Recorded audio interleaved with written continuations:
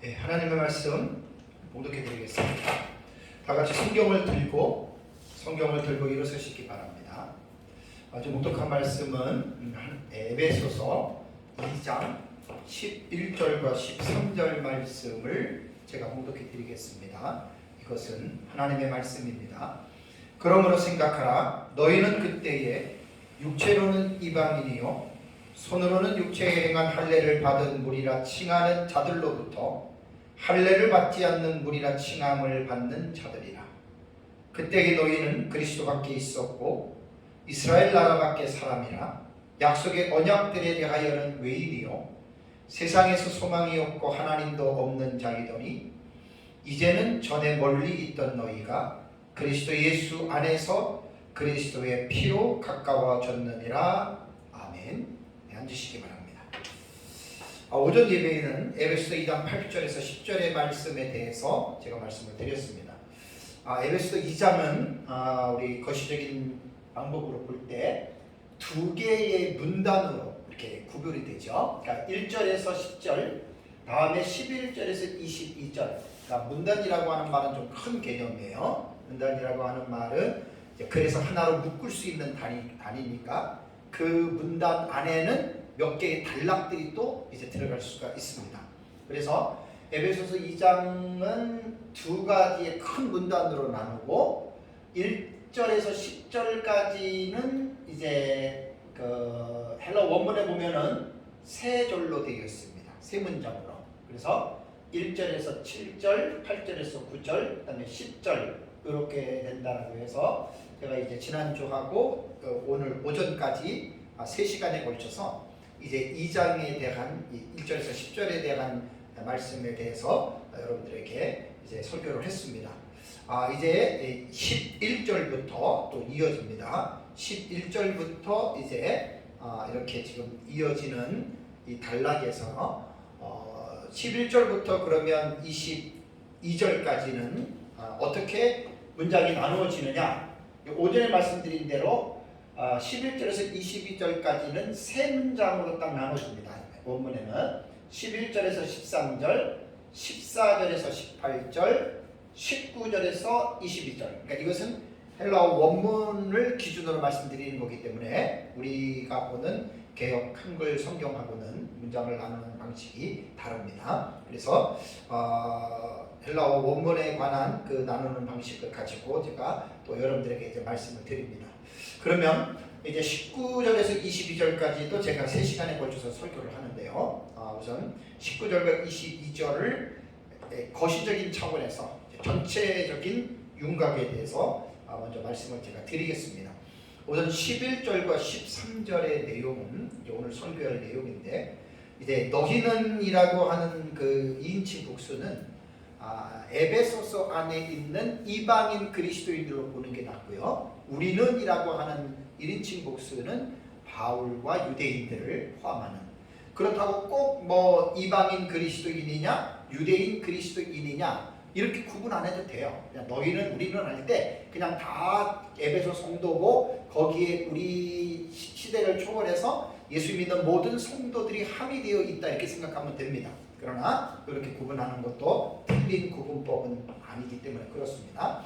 그래서 이제 11절과 13절의 내용을 간략하게 말씀을 드리면, 이방 그리스도인들이 예수님을 믿기 전의 상태를 11절과 12절에 이제 바울이 이제 설명을 합니다. 11절과 12절에 이제 설명을 하고, 그 다음에 이제 13절에는 그 이제 문장 자체가 반전을 하죠. 그래서 이제 너희들이 현재는 어땠느냐. 그래서 이제 13절은 전환절이라 그래요. 11절과 12절의 내용을 이제 전환시킨다 그래가지고 전환절이라고 얘기를 하고, 그래서 11절과 12절에 제가 7가지의 테마를 가지고 설교를 합니다. 첫째는 육체로는 너희는 이방인이었다. 두 번째는 11절에도 할례자들로부터 무할례자들로 너희는 칭함을 받은 자들이다. 그 다음에 12절에는 그리스도 밖에 있었다. 또 12절 두 번째는 이스라엘 나라 밖에 사람들이었다. 또 11절 세 번째 단락에는 약속의 언약들에 대해서는 외인이었고, 또 12절에 다섯 번째는 세상에 소망이 없었던 세상의 네 번째죠. 소망이 없었던 사람들이었고 이제 11절 마지막에는 하나님이 없었던 사람들이었다. 그러니까 이것을 너희들이 생각하라. 이제 뒤에 말씀드리지만 생각하라라고 하는 단어보다는 기억하라고 훨씬 더 강력한 표현으로 좋습니다. 그리고 이제 13절에 이방인들이 너희들은 이제 그랬던 자들이었는데 이제는 너희들이 이제 그리스도 안에서 그리스도로 통해서 가까워졌다라고 말을 합니다. 다음에 두 번째 문장은 14절에서 18절의 내용이거든요. 이건 이제 다음 주에 설교를 합니다. 14절에서 18절은 그리스도의 화해 사역입니다. 그러니까 예수 그리스도께서 어떠한 사역을 하셨느냐. 그래서 14절과 16절을 보면 예수님께서는 지상에 사역을 하시는데 14절과 15절 초반절에는 화평이신 그리스도께서 사역하시는 부분이 나오는데 구체적으로 말을 하면 14절에는 둘을 하나 되게 하셨다. 그 다음에 14절 후반부에는 원수되었던 중간에 막힌 담을 자기 육체로 허물어뜨렸다. 다음에 15절 초반절에는 법조문으로 된 계명들의 율법들을 폐하셨다. 좀 어려운 내용인데 다음 주에 이 부분들을 제가 주의를 하겠습니다. 다음에 이제 두 번째에 보면 15B절부터 16절까지는 예수 그리스도께서 이 사역하신 결과가 어떻게 됐느냐. 그래서 15절 하반절에는 이방인과 유대인 둘을 한 세 사람으로 지어 화평하게 했다. 참 멋있습니다. 하나의 새로운 사람, 유맨이에요. 너무 멋있네요. 다음 주에 설교할 내용입니다. 다음에 이제 또 십자가로 유대인들과 이방인들을 하나님과의 화목게 하셨다. 그러니까 15절 후반절에는 수평적인 부분을 말을 했다면 16절에는 수직적인 차원에서 하나님과 죄인들의 관계를 화목하게 하셨다. 참 놀라운 일입니다. 이러한 일이 있었기 때문에 우리도 지금 하나님을 아버지라고 부르는 이러한 특권을 우리가 받은 것이죠. 다음에 이제 17절과 18절에는 이제 승천하신 그리스도의 사역에 대해서 말을 하죠. 그러니까 이제 승천하신 그리스도께서 이제 어떻게 하셨느냐라고 하는 이 부분에 대해서는 이방인들과 유대인들에게 평화를 전하셨다. 17절에. 그 다음에 또 18절에는 예수님으로 말미암아 유대인들과 이방인들이 한 성령 안에서 함께 하나님 아버지께 나아간다. 놀라운 일입니다. 이게 이제 승천하신 그리스도에 대한 사역이고요. 마지막 이제 세 번째 문장은 19절에서 22절까지입니다. 19절에서 22절까지는 그리스도 안에 있는 이방인들의 모습을 또 설명을 합니다. 너희들은 19절을 보면 성도들과 동일한 하나님의 나라의 시민이고 하나님의 나라의 권속들이다. 아주 기가 막힌 반전이죠. 다음에 이제 20절에는 사도들과 선지자들의 토대 위에서 너희들은 세워진 자들이다. 정체성을 지금 분명하게 밝히고요. 21절과 22절은 예수님 안에서 하나님의 성전으로 지어져 간다라는 말입니다. 제 설교는 주의 설교이기 때문에 성경을 보면 됩니다. 제 설교를 들으면서 반드시 성경을 봐야 돼요.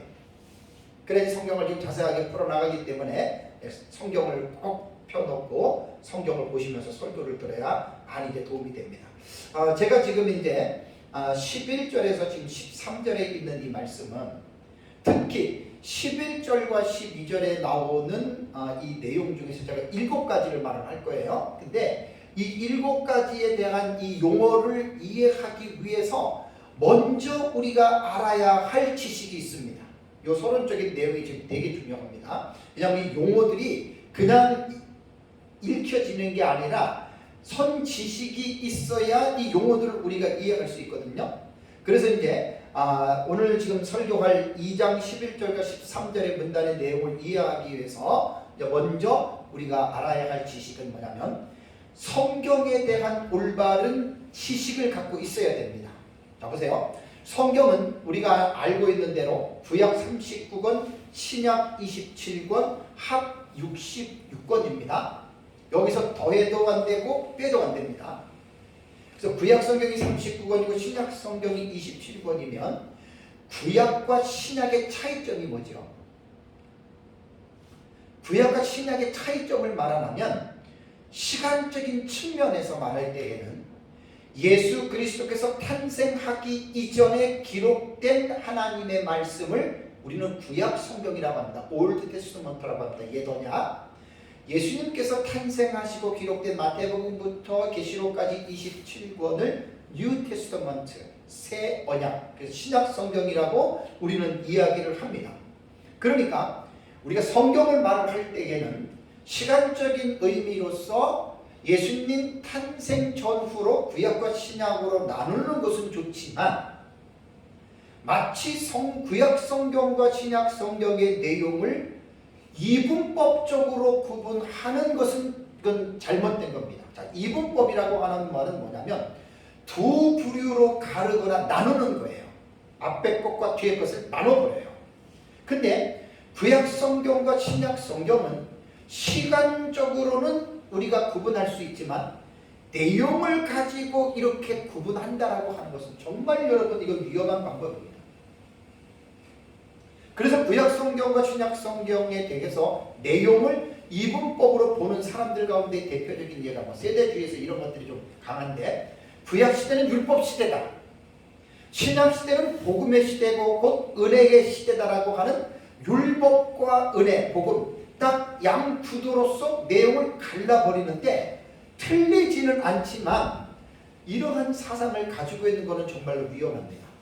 왜냐하면 이런 사람들이 주장하는 내용이 뭐냐면 신약시대가 도래함으로 구약시대의 율법은 폐기 처분됐다, 필요 없다라고까지 극단적인 경우는 이렇게 이야기를 하거든요.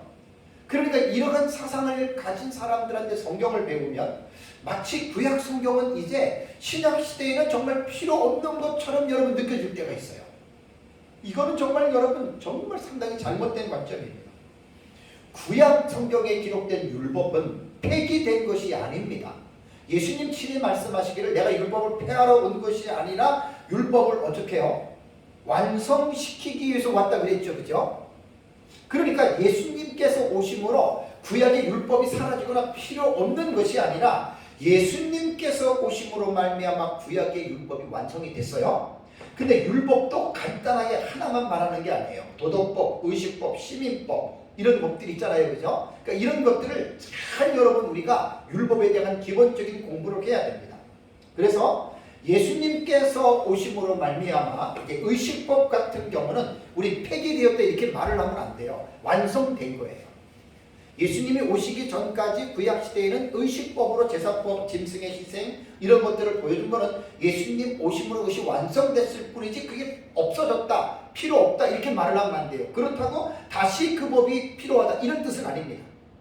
완전히 예수님께서 그것을 완성시켰고요. 다음에 시민법이라든가 제사법 이런 것 있잖아요. 이런 것들은 제사법이 의식법에 들어가지만 시민법은 또 의식법과는 그 범주가 다르거든요. 일부 완성이 됐고 또 우리에게는 필요 없는 법들이 있어요. 시민법에는. 신약 시대에도 여러분 구약의 율법의 일부는 하나님의 말씀으로서 지금도 기능하고 있어요. 특히 십계명이 뭐죠? 십계명은 도덕법입니다. 그 완성된 게 아니고 폐기된 게 아니고 영원토록 여러분 존재하는 겁니다. 이 세상에 사는 날까지 십계명은 영원히 지켜야 할 율법이다. 그러니까 이 구약 시대와 신약 성경에 대한 이 내용을 이분법으로 구분하는 사람들은 율법 소리만 들어도 알레르기 반응을 일으키거든요. 이 잘못된 겁니다.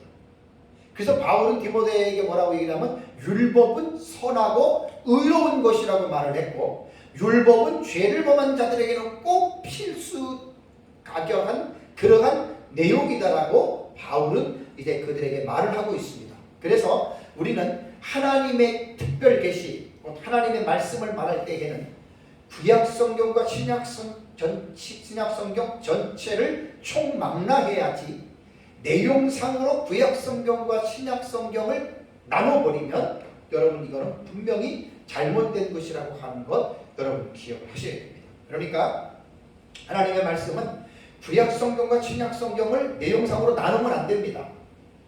그냥 보세요. 성경은 하나입니다. 구약 신약 하나입니다. 그러니까 한 통으로 읽어야 됩니다. 그러니까 구약 성경이 39권으로 기록이 됐는데 신약 성경 27권이 있으므로 구약이 완성된 거예요. 또 신약 성경은 구약 성경이 없이 신약 성경만 본다? 그건 미완성품입니다. 뭔가 앞에 중요한 것들이 빠지고 그냥 뒤에 것만 가지고 이야기를 하는 것이죠. 그래서 우리는 성경, 하나님의 특별 계시인 성경을 말을 할 때에는 구약 39권과 신약 27권 합 66권을 내용을 구분하지 말고 하나의 통으로 여러분 우리가 이해를 해야 됩니다. 제가 정말로 오랫동안 연구하고 설교하면서 말씀을 드렸잖아요. 요한계시록을 공부를 하려면 요한계시록만 가지고 요한계시록 모릅니다. 엉뚱한 괴물 같은 해석이 나옵니다. 요한계시록만 보면. 창세기부터 시작해서 구약성경 전체와 신약성경 전체의 내용을 연계해서 요한계시록을 공부를 해야지, 앞에 거 다 잘라버리고 요한계시록만 딱 공부하는 사람은 100% 오해합니다. 제대로 된 해석을 할 수가 없습니다. 자, 그래서 에베소서 2장 지금 11절과 지금 13절의 내용을 제가 이제 설교를 하면서 왜 제가 이런 말씀을 드리냐면, 지금 11절과 12절에 나오는 여기 7가지의 표현법이 있어요. 바울이 너희가 이전에는 그때에는 너희가 이랬는데, 이게 구약 성경에 대한 기본적인 이해가 없이는 이해가 힘든 그런 내용이라는 말이에요. 그렇다면 이제 2장 11절과 13절의 말씀을 주의를 하겠습니다. 이제 11절과 13절을 전체적으로 말을 한다면, 이제 이방 그리스도인들의 과거 상태를 7가지로 말을 한 다음에 전환을 해서 급반전을 시켜서 현재는 너희는 이렇다, 바로 이런 내용입니다. 그게 13절의 내용입니다. 그래서 이제 11절과 12절에 나오는 내용을 가지고 이제 7가지 정도로 제가 여러분들에게 이제 좀 자세하게 설명을 하도록 하겠습니다. 우선 11절을 보십시오. 11절을 보면은 그러므로 생각하라라는 말이 나오잖아요. 그죠? 여기에서 그러므로라고 하는 이 접속사가 나오잖아요. 이게 뭘 말하는 거죠? 지금 2장 1절과 10절에 나와 있는 내용과 어떻게 해요? 또 연결시키는 거예요. 접속을 시키는 거예요. 그러니까 성경을 읽을 때 말씀드린 대로 전치사, 접속사, 대명사 이런 부분들을 신경을 써서 앞에 것과 딱 자르지 말고 앞에 문단과 여러분 이어서 여러분 이렇게 이것을 읽어야 된다라고 하는 말입니다.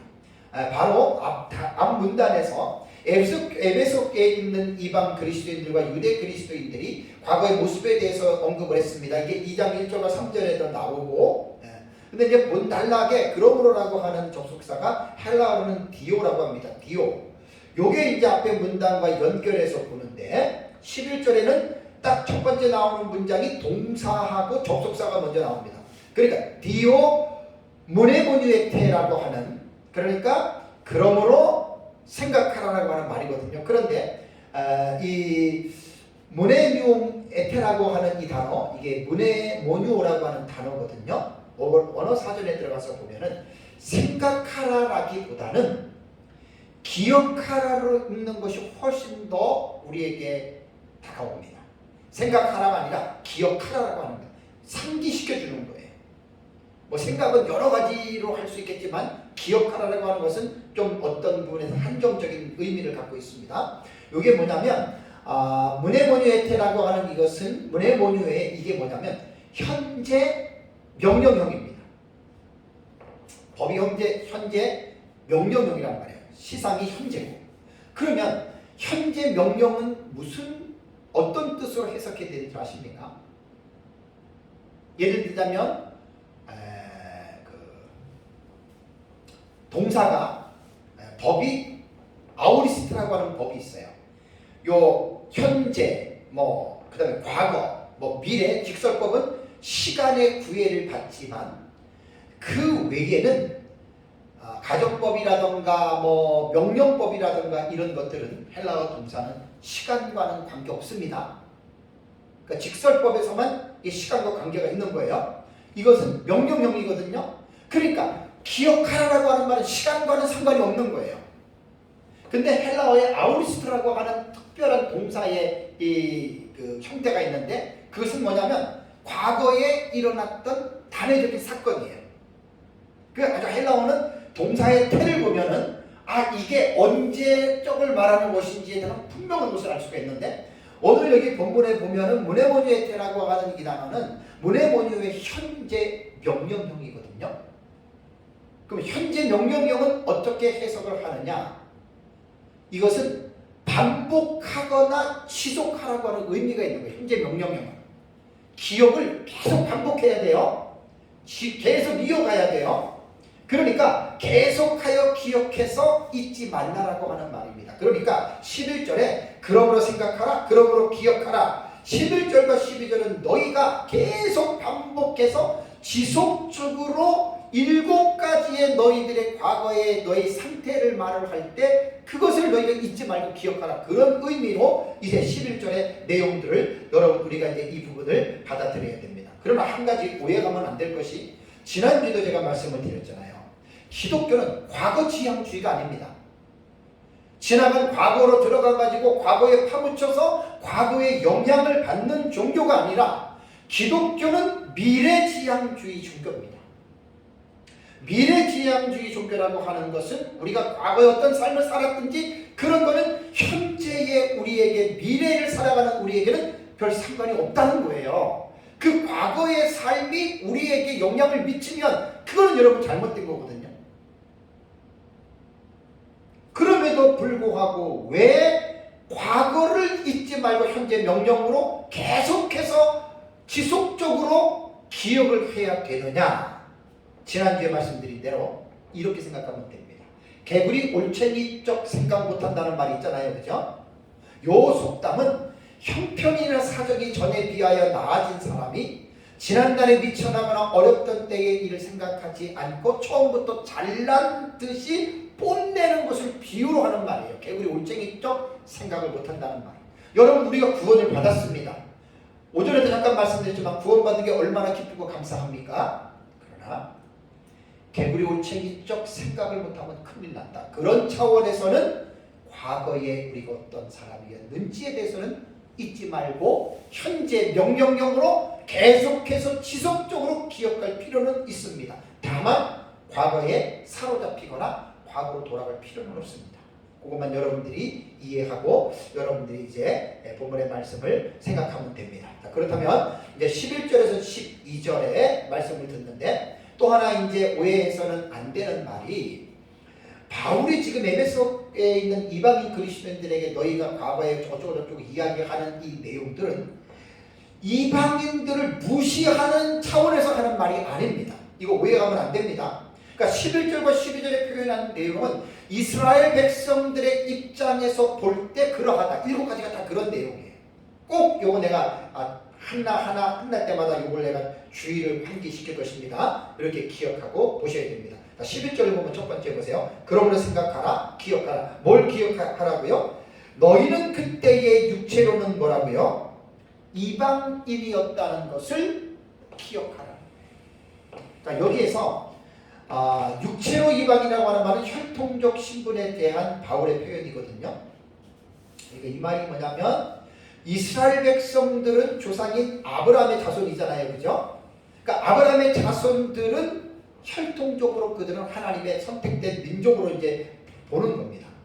그러니까 여기에서 그 이스라엘 육체는 이방이라고 하는 혈통적인 표현은 12절을 먼저 가시면 12절 두 번째 단에 보면 뭐가 있어요? 이스라엘 나라 밖에 사람이라 그랬죠. 그죠?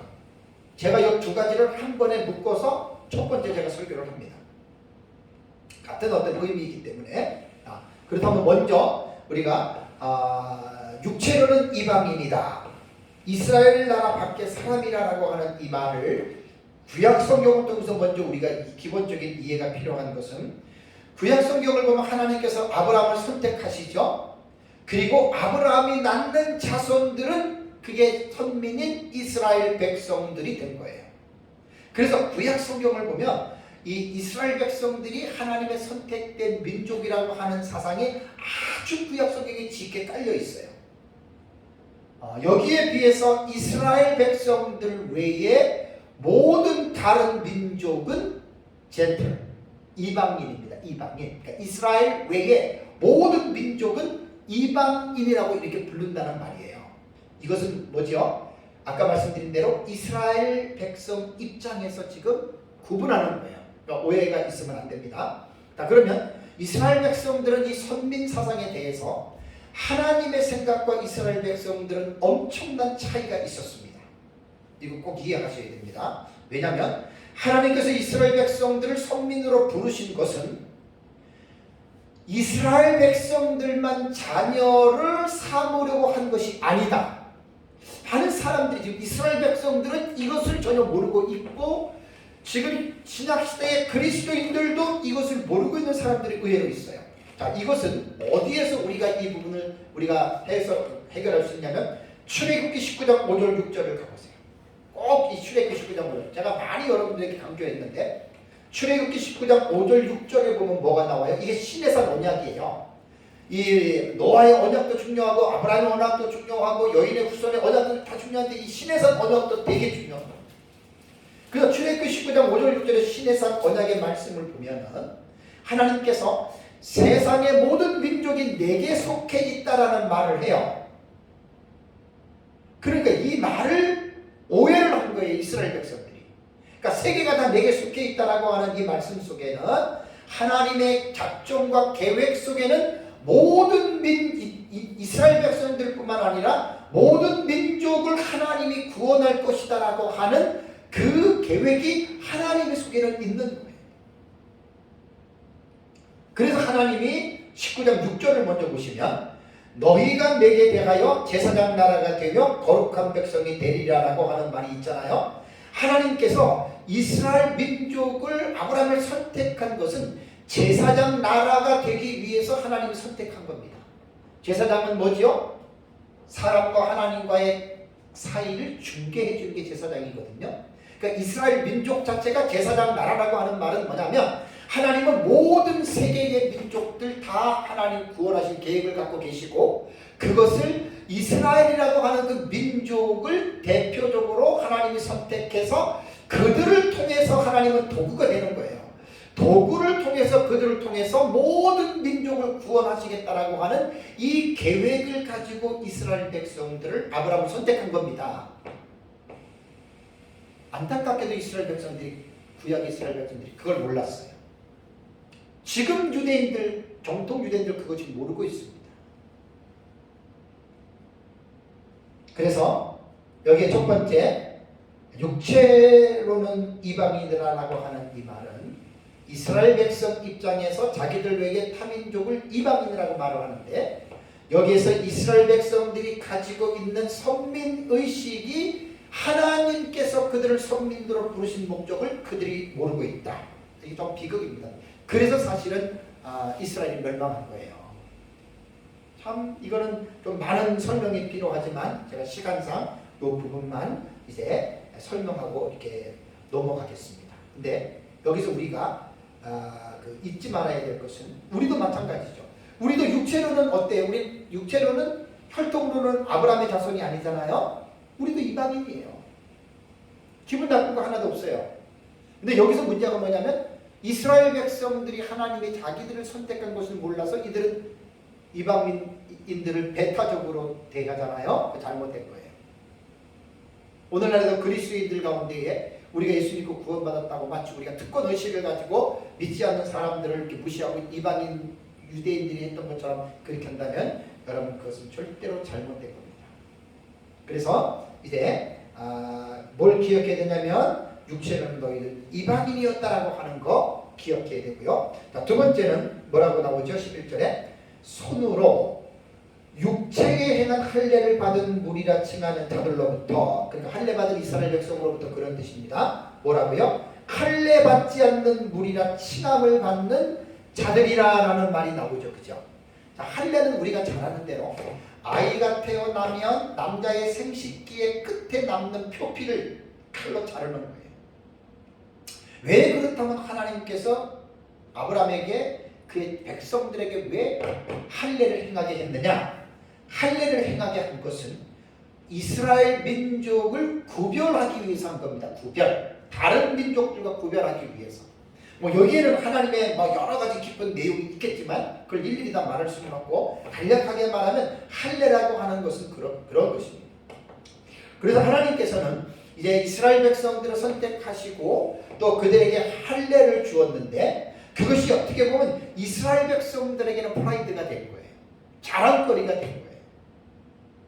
그러고 나서 이제 이들은 할례를 받지 않는 이방인들, 할례의 표식이 없는 이방인들을 이들은 무시하게 된 겁니다. 자, 조금 전에 제가 첫 번째 말씀드린 대로 출애굽기 19장 6절에 하나님이 이스라엘 백성들을 왜 선택했어요? 선택의 이유가 제사장 나라로 삼기 위해서 그랬다 그랬죠, 그렇죠? 근데 이들이 그거를 망각한 거예요. 구약시대 이스라엘 백성들이. 그리고 또 이 하나님께서 선민으로 부를 때 무조건 부른 게 아니라 조건을 달았습니다. 조건부 선택입니다. 자, 출애굽기 19장 5절 보세요. 출애굽기 19장 5절 보면 너희가 내 말을 잘 듣고 내 언약을 지키면 너희는 모든 민족 중에서 내 소유가 되겠고 그랬습니다. 하나님의 율법을 잘 듣고 지켜야 너희가 진정한 제사장 나라가 되어서 내가 너희를 통해서 모든 열방을 구원하시겠다라고 하는 하나님의 의도인데 주전 722년에 북이스라엘이 아수르에게 멸망을 당하고 586년에 남유다가 바벨론에 멸망을 당한 이유가 뭐지요? 하나님의 이 조건을 불충족시켰기 때문에 그들이 멸망한 거예요. 그래서 출애굽기 19장 5절과 6절에 신의 산 언약은 이스라엘 백성들의 역사와 신약의 역사를 이해하는데 반드시 신의 산 언약을 알아야지만이 성경이 실타래가 풀려가는 거예요. 예를 들자면 구속사를 이야기할 때 하나님 나라 사상의 구속사를 논할 때 창세기 3장 15절에 원시복음을 이해하지 못하면 구속사의 실타래를 못 풀어나가요. 또 노아의 언약도 마찬가지고 또 12장의 아브라함의 언약도 마찬가지고 또 출애굽기의 신의 산 언약도 마찬가지고 또 예레미야서에 보면 새 언약이 있어요. 이런 굵직굵직한 하나의 어떤 계시의 주제를 이해하지 못하면 성경을 읽어나가다가 막혀버려요. 이런 부분들을 중요한 주제들을 실타래로 풀어가야 돼요. 그래서 신의 산 언약이 주는 것이 상당히 중요합니다. 그래서 이스라엘 백성들은 신의 산 언약에 하나님이 자기들을 선택했다고 하는 그것만 기뻐가지고 날렸을 뿐이지 그 언약 속에 담겨있는 하나님의 그 말씀을 귀담아 듣지 않았다는 거예요. 그래서 너희가 내 말을 잘 듣고 내 언약을 지키면 그래야지 너희가 모든 민족 중에 내 소유가 된다고 했는데 결국 안 지켰잖아요. 그러니까 이것도 손으로 할례 받은 자들이 할례 받지 못한 치가 나온 게 어떻게 보면 좀 이스라엘 입장에서 그때 비아냥으로 무시하는 거예요, 이방인들을. 여러분, 우리는 어떻습니까? 우리가 예수 그리스도를 믿고 세례를 받았죠? 우리 하나님의 자녀가 됐습니다. 세례받지 않는 불신자들에서 혹시 우리도 배타적으로 그들을 무시할 수가 있습니다. 저 사람들 예수 안 믿고 지옥 가는 불쌍한 사람들 이래가지고 우리가 그 사람들 무시한다면 마치 구약시대 이스라엘 백성들이 하나님이 자신들을 왜 선택했는지에 대한 그 이유도 모르고 선민의식의 우월감 때문에 마치 이방인들을 조롱하고 배타적인 관계로 그들을 무시했다라고 하는 이러한 유의 잘못을 오늘 세례받고 구원받은 우리는 행해서는 안 된다라고 하는 말입니다. 그래서 이것도 바울이 이스라엘 백성 입장에서 말을 한 것이기 때문에 사람을 차등하거나 차별하거나 그런 내용은 아닙니다. 다음에 12절을 보십시오. 11절 그때에라고 하는 과거의 시점을 명시했죠. 자, 그때는 어땠죠? 너희는 그리스도 밖에 있었고, 자, 에베소서의 엔 크리스도 예수 안에서가 한 30번 나온다고 그랬죠, 그죠?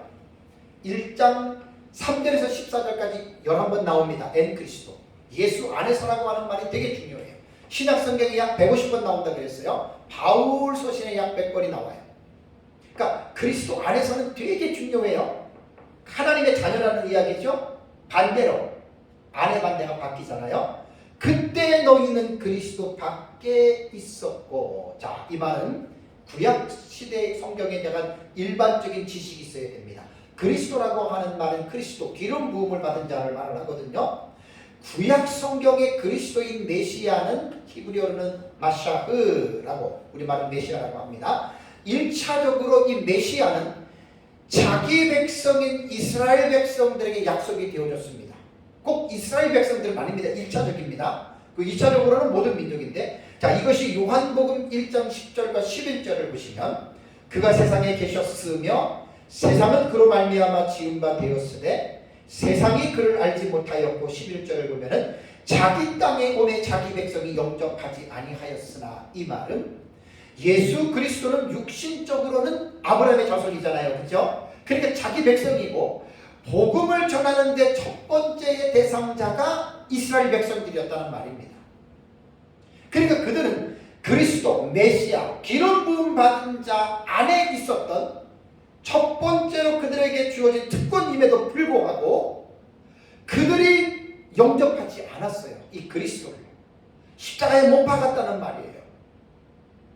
그러니까 1차적으로는 예수님도 혈통적으로는 아브라함의 자손이기 때문에 1차적으로는 그 이스라엘 백성들에게 주어져 있었고, 그들은 언약상으로는 메시아 안에 있었던 자들이었지만 하나님이 믿으라라고 하는 조건 자체를 불충족시켰기 때문에 그들은 하나님으로부터 버림을 받은 거라는 말입니다.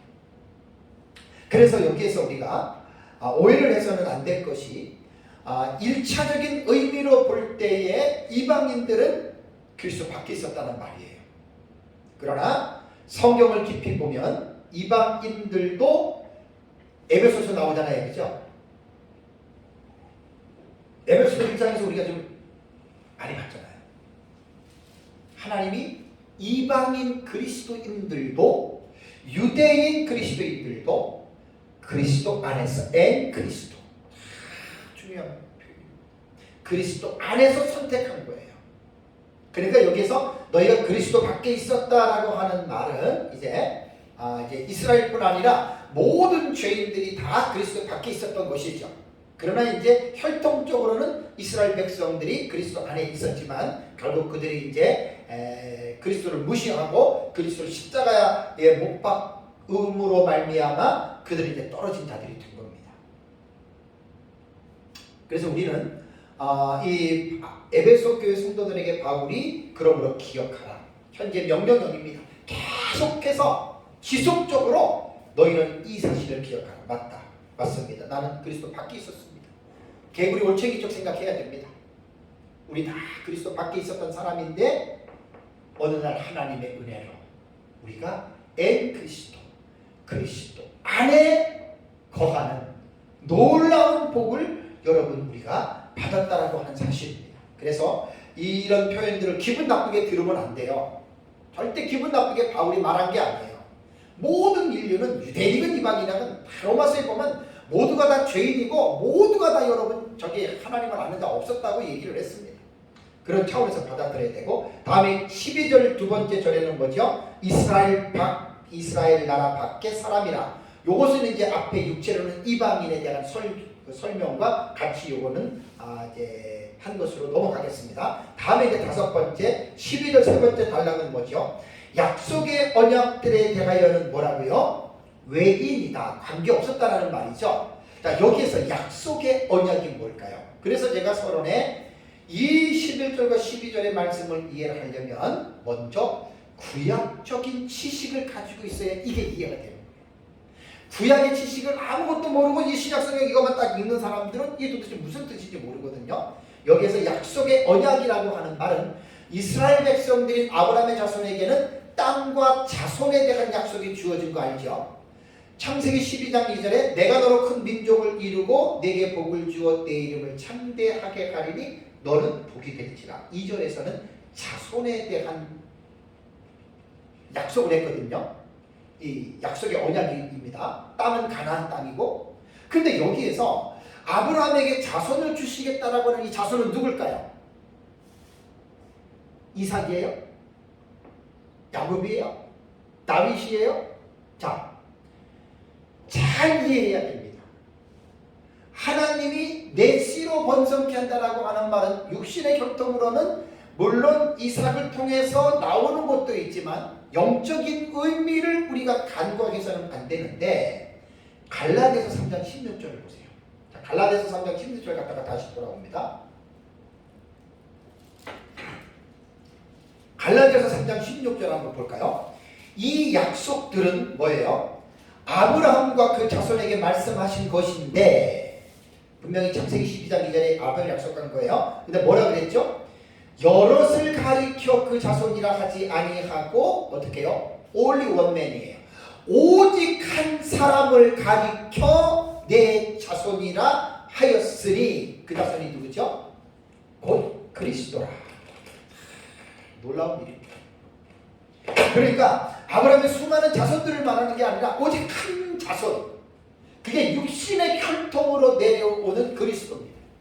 이건 좀 구속사적인 의미로 볼 때 너무너무 깊은 내용이고, 구약성경 전체를 여인의 후손으로부터 되는데, 이게 창세기 3장 15절에 이 그 약속의 언약들은 모티프에 대한 계시가 창세기 3장 15절이에요.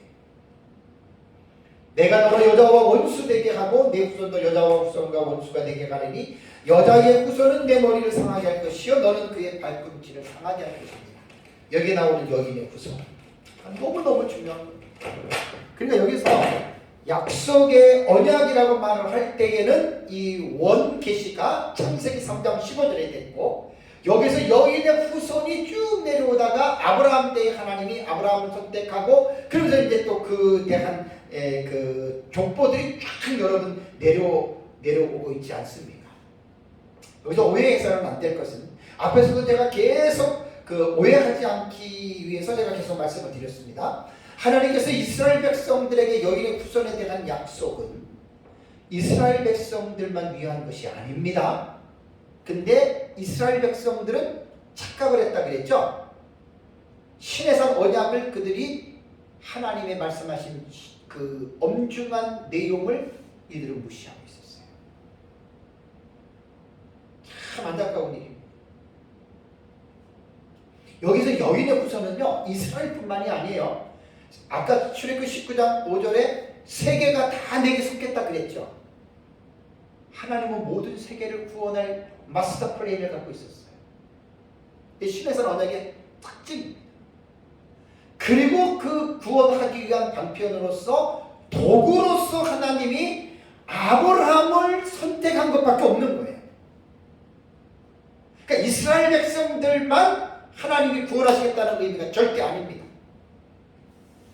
신의 산 언약의 마음속에 깊이 새겨야 구약 성경이 풀어가는 데 이해가 돼요. 그래서 성경에 대한 지식이 중요한 이러한 어떤 그 말씀들을 알지 못하는 사람들은 성경을 연구하는 거 보면 중요한 부분들이 막 그냥 실타래처럼 막 끄여가지고 풀어가지 못하는 경우들이 종종 있습니다. 그래서 이 신의 산 언약은 되게 중요하기 때문에 이 말씀을 우리 마음속에 늘 기억해야 됩니다. 그래서 여기 약속의 언약이라고 하는 것은 이스라엘 백성들이 말하는 자기들만이 절대로 아닙니다. 그들이 오해한 것입니다. 오늘날도 마찬가지죠. 우리 주변에 믿지 않는 사람들이 많아요. 우리는 믿었어요. 그러면 우리는 창세전에 하나님이 그리스도 안에서 우리를 택하시고 기쁘신 뜻대로 우리를 예정하시면 우리는 믿죠. 자, 그럼 우리를 그렇다 칩시다. 자, 우리 주변에 믿지 않는 사람들은 어때요? 그들은 약속의 언약이 없나요? 아닙니다. 우리는 모릅니다. 그래서 하나님이 선택한 자가 있고 유기된 자가 있는데 그건 우리는 모릅니다. 우리는 저 사람이 선택됐을까 아니면 선택되지 않았을까 관심을 갖지 마세요. 그것은 신의 영역이기 때문에 우리가 그런 말을 하기 시작하면 우리는 하나님 앞에 죄를 짓게 됩니다. 하나님만 아시는 거고, 단지 우리는 모든 사람이, 우리는 많은 구원서는 아니지만 저 사람도 하나님이 선택했을 것이다 라고 하는 것을 믿고 믿든지 안 믿든지 우리는 복음을 전해야 되는 거예요. 어떤 사람들은 그래요. 저 사람 전도해서 안 되고 기도해 보니까 저 사람은 하나님의 택자가 아닌 것 같아. 그럼 자기가 하나님입니까? 아무도 모릅니다. 10번, 50번, 100번을 거절했다가 101번째 예수 믿는 사람이 있을 수 있어요.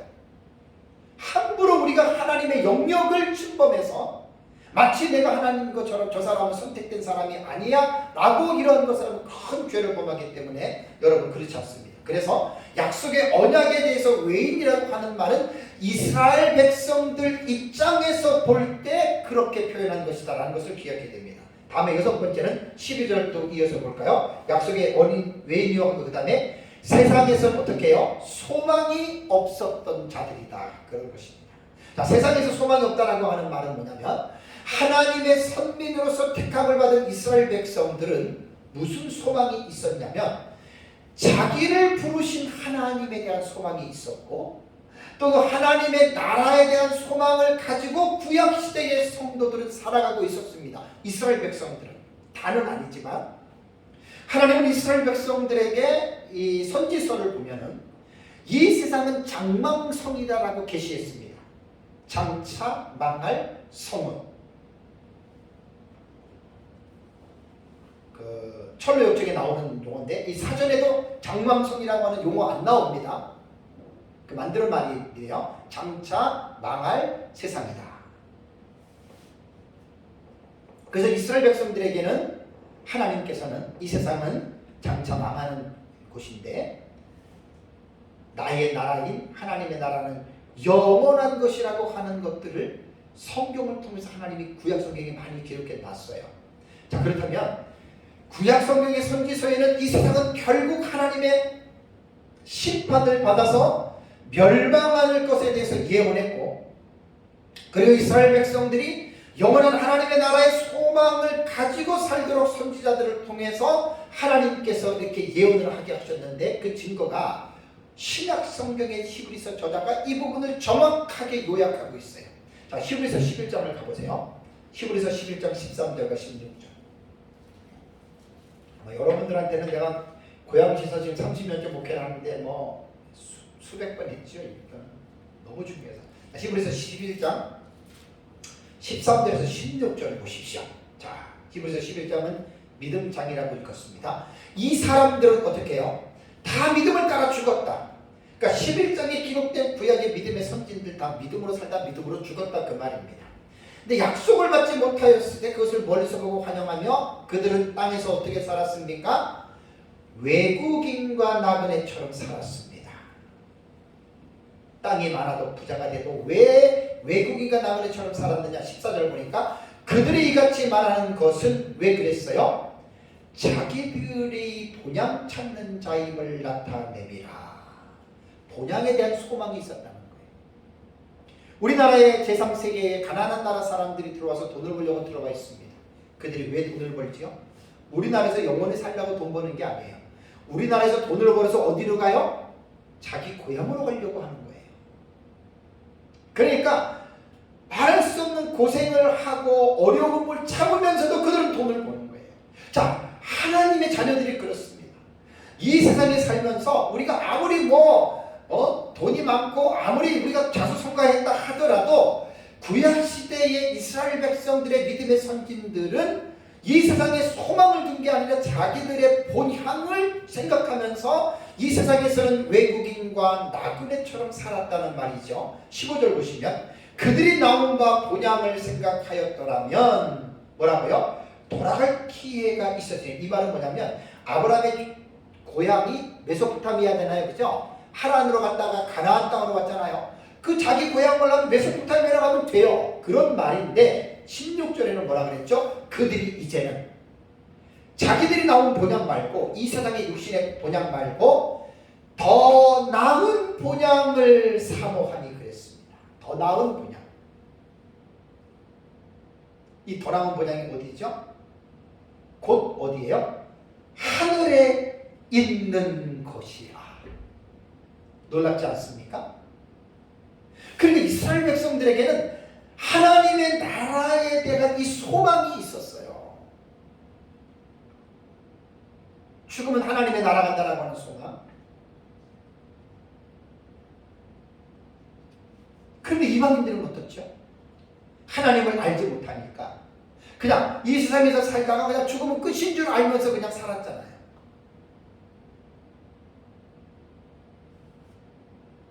그리고 이방인들은 하나님을 모르니까 그 하나님의 존재하시는 하나님의 나라를 알 수가 없지요. 그래서 바울은 그런 걸 기억하라. 현재 명령형입니다. 계속해서 너희를 기억하라는 거예요. 너희들은 소망이 없었던 자예요. 하나님을 몰랐기 때문에 영원한 하나님의 나라에 대한 소망이 없었던 너희들이었음을 기억하라고 상기시켜 주는 거예요. 그래서 세상에 하나님의 나라를 모르는 사람들은 지옥 갈 수밖에 없죠. 그걸 지금 상기시켜 주는 거고, 7번째 12절 볼까요? 마지막에. 자, 하나님도 어떻게 해요? 없는 자들이었다라고 이렇게 말을 합니다. 자, 아브라함의 자손들은 하나님을 알았던 자들입니다. 뭐 제대로 믿었던, 제대로 안 믿었던, 어쨌든 민족 자체가 하나님을 믿는 종교적인 그러한 나라였잖아요. 자, 죄인으로 출생하는 사람은 하나님을 알지 못합니다. 그 이유는 에베소서 2장 1절과 3절의 내용이 나오는 것처럼 허물들과 죄들로 죽었던 본질상 진노의 자녀들이었습니다.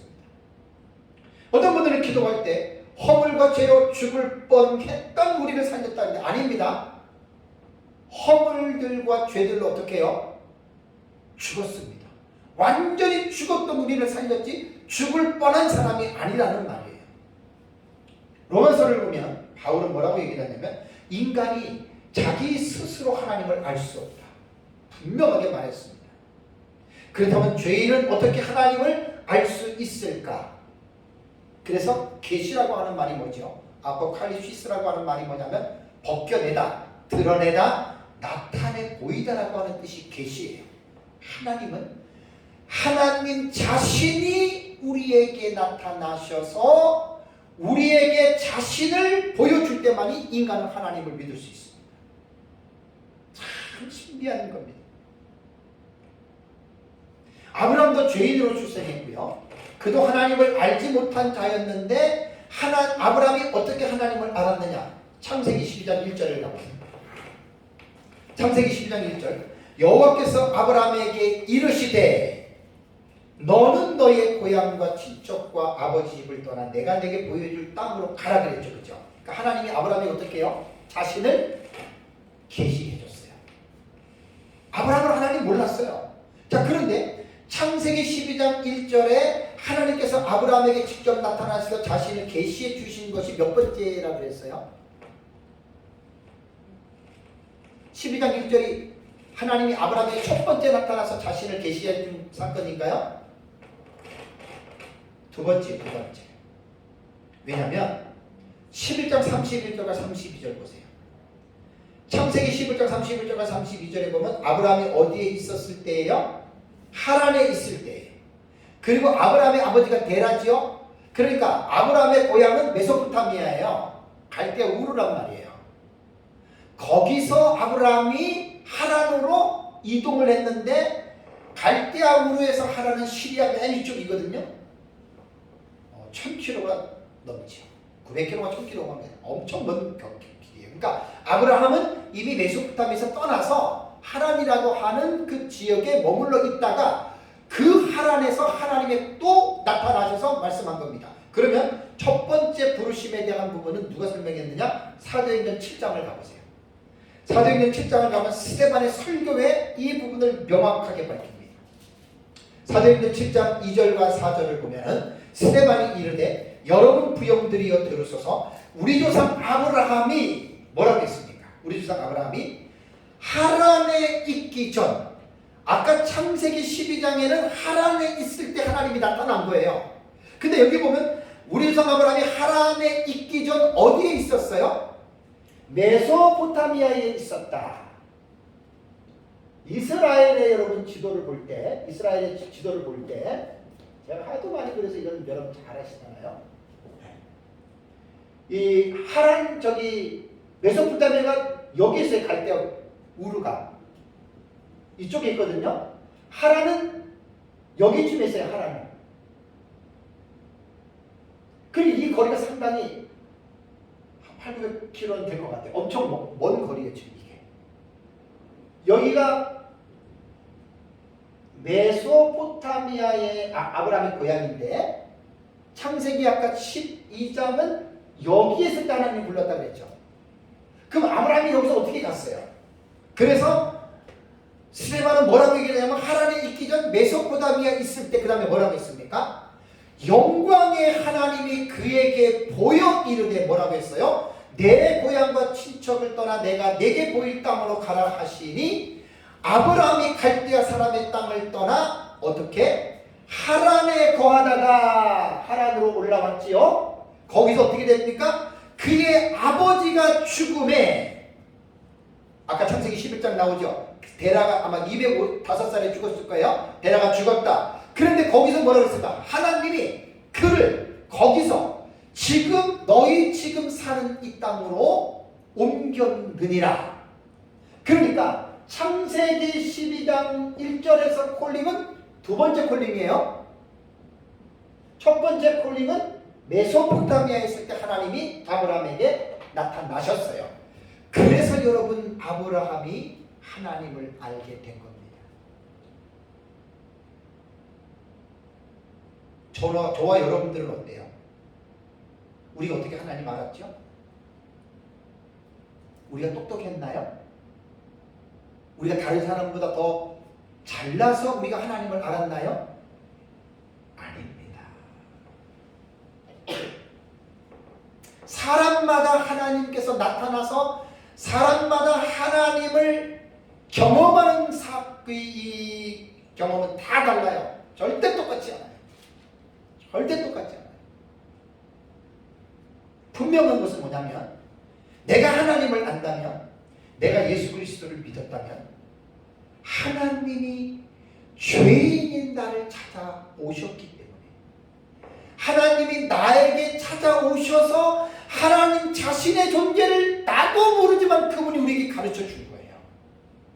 그래서 우리가 하나님을 알았던 것이지, 뭐 우리 아버지가 목사, 장로, 권사, 뭐 우리 집이 하나님 앞에 무슨 좋은 일을 해서 그 공로로 우리가 하나님을 아는 것이 아니라고 하는 사실을 여러분 꼭 기억을 하셔야 돼요.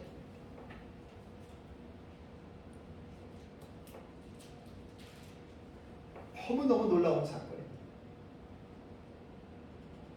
그래서 이방인들은 하나님을 특별한 어떤 계층 외에, 예를 들자면 기생 라합 같은 경우는 보세요. 이방인이지만 홍해바다 갈라지는 소문을 듣고 알았다. 그 특별한 경우에 특별한 경우 외에는 이방인들은 하나님도 없는 자이들이 여기에 해당됩니다. 우리도 마찬가지입니다. 그래서 사도 바울은 에베소서 2장 11절과 12절에 너희가 예수 믿기 이전에 너희가 어떤 자들이었지 않느냐? 7가지의 이 모습들을 기억하라. 현재 명령형이라고 했어요. 현재 명령형은 반복하거나 지속하라는 거예요. 계속해서 기억하라. 오해하지 말아야 할 것은 과거 지향으로 돌아가라는 말이 아닙니다. 개구리 올챙이적 생각하면서 살아라는 겁니다. 하나님이 저와 여러분들에게 나타나지 않았다면 우리 어떻게 됐겠습니까? 하나님이 저와 여러분들에게 나타나지 않았다면 우리도 이전에 살던 것처럼 에베소 2장 1절과 3절처럼 마귀의 종이 돼서 마귀를 따라서 본질상 진노의 자녀처럼 내 하고 싶은 대로 살다가 지옥 가는 게 우리입니다. 그런데 하나님이 우리를 창세전에 예정하고 선택해서 우리에게 찾아오셔서 자신을 가르쳐 주심으로 우리가 하나님을 알고 믿게 됐다. 이게 기적 중의 기적입니다. 이것이 가장 큰 복이고 이 복은 세상에서 비교할 수 있는 복이 아닙니다. 그 다음에 이제 13절을 볼까요? 자, 13절을 보시면 이제는 그랬죠. 전에 멀리 있던 너희가 그리스도 예수 안에서 그리스도의 피로 가까워졌느니라 라고 하는 말입니다. 제가 아까 개요를 설명할 때 13절은 전환절이라고 그랬어요. 왜 전환절이냐면 11절과 12절은 그들의 이 과거의 모습에 대해서 적나라하게 상기시켜 주다가 13절의 내용은 갑자기 그들의 이제는 이라고 하는 그들의 현재의 상황에 대해서 어필하고 있습니다. 이제의 그 에베소 교인들은 어땠죠? 과거의 7가지 모습으로 그랬던 그들이 이제는 전에 멀리 있던 너희가 그리스도 예수 안에서 그리스도의 피로 가까워졌다. 상황이 반전되잖아요. 그죠? 그래서 문법적으로 볼 때는 이것을 전환절이에요. 전환절. 11절과 12절에 전환이 됐다라고 이렇게 말을 합니다. 여기에서 전환절의 성격을 가지고 있는 것이 문장에 2번 나옵니다. 자, 첫 번째는 뭐냐면 헬라어 원문에 보면은요, 이 13절에는요, 우의 접속사라고 하는 대라고 하는 이 단어가 나옵니다. 대라고 하는 단어가 나오는데 이 접속사 이거 번역하지 않았습니다. 또 그러니까 13절을 정확하게 번역을 하려면 그러나 이제는 이렇게 번역을 해야 돼요. 여기도 또 빼먹었어요. 그게 뭔가 실감이 안 나잖아요.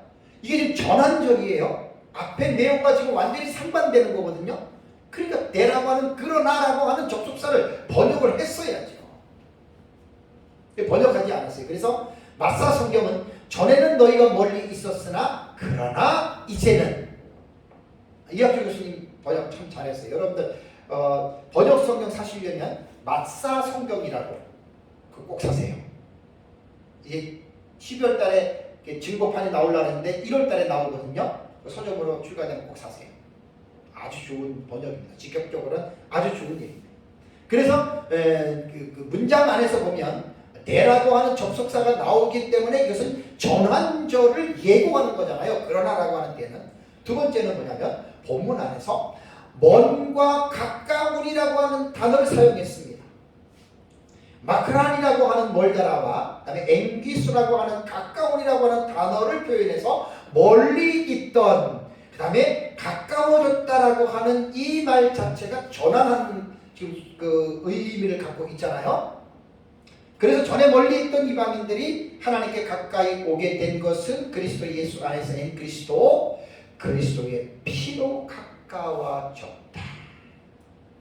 에베소서 지금 1장부터 지금 2장 여기까지 보면은 예수 그리스도의 십자가의 피 냄새가 안 느껴집니까? 지금 1장부터 지금 23절까지 보면은요, 그리스도의 피, 지금 이 피 냄새가 지금 진동을 하는 거예요. 잘 생각해 보십시오. 1장에서도 그렇고 2장에서도 그렇고 계속 그리스도의 피 냄새가 지금 이렇게 진동을 하고 있는 거예요. 여러분 영적으로 우리가 이것을 맡으셔야 됩니다. 사랑하는 성도 여러분, 에베소 교회 성도들은 유대인이든지 이방인이든지 그들은 허물들과 죄들로 죽었던 사람이었습니다. 그들은 과거에 이 세상의 풍조를 따르면서 살았고 공중의 권세 잡은 자인 사탄의 종이 되어 육체와 마음의 원하는 일을 하여 다른 이들과 마찬가지로 본질상 진노의 자녀들이었습니다. 그러나 그러한 그들이 하나님의 아들들이 되어서 하나님의 자녀들이 누리는 영생의 기업인 하나님의 나라를 상속받게 되었다. 그것이 바로 그리스도의 피 때문입니다. 그리스도의 피가 없다면 결코 이 일은 이루어지지 않았을 것입니다. 그렇습니다. 지금 우리는 어떻죠? 우리도 똑같습니다. 에베소 교회 지금 그 성도들에게 말하는 거 우리와 100% 동일합니다. 똑같습니다. 그래서 우리가 하나님의 자녀가 된 것도 그리스도의 피 때문에 된 것이고 이 일은 우리에게서 난 것이 아니고 하나님의 은혜의 선물이기 때문에 우리는 예수 그리스도 안에서 그의 피로 죄 용서를 받고 하나님의 자녀가 됐다고 하는 이것을 기억을 해야 되는데, 마지막으로 개구리 올챙이적 생각을 못하는 일이 없기를 바랍니다. 제가 어제도 오늘도 설교 준비하면서 내 자신의 과거를 한번 생각해 봤습니다. 여러분들은 제 자신을 모르잖아요. 저도 여러분들 과거 모릅니다. 정말 감사밖에 없습니다. 이전에 내가 어떤 사람이었나. 저는 그걸 결코 잊을 수 없습니다. 개구리 올챙이를 통해서 개구리가 됐잖아요. 구원받은 것만 해도 감사한데 제가 하나님의 말씀을 전할 수 있는 직분자인 목사로 세워졌다고 하는 것 난 너무너무 감사합니다. 부족하지만 얼마 많진 않아도 목사님들의 사역을 지금 13년 동안 계속해서 말씀을 가르치는 걸 생각하면 저로서는 정말 영광 중에 영광입니다. 어떻게 나에게 이러나? 잘난 것도 없는데. 그래서 오늘 이 설교 11절과 12절에 7가지 기억하라. 명령형입니다. 현재 명령형. 죽음까지 저는 계속해서 기억할 것입니다. 그래야 제가 하나님 앞에 나의 나 된 것은 하나님의 은혜로 된 것이고 하나님이 부르시는 날까지 끝까지 겸손하다. 내게 주신 은혜가 헛되지 아니하고 또 이 은혜에 따라서 죽기까지 충성하면서 저도 살아가고 여러분들도 그렇게 살아가시기를 주님의 이름으로 축복합니다. 다 같이 말씀을 생각하면서 우리 함께 기도하겠습니다.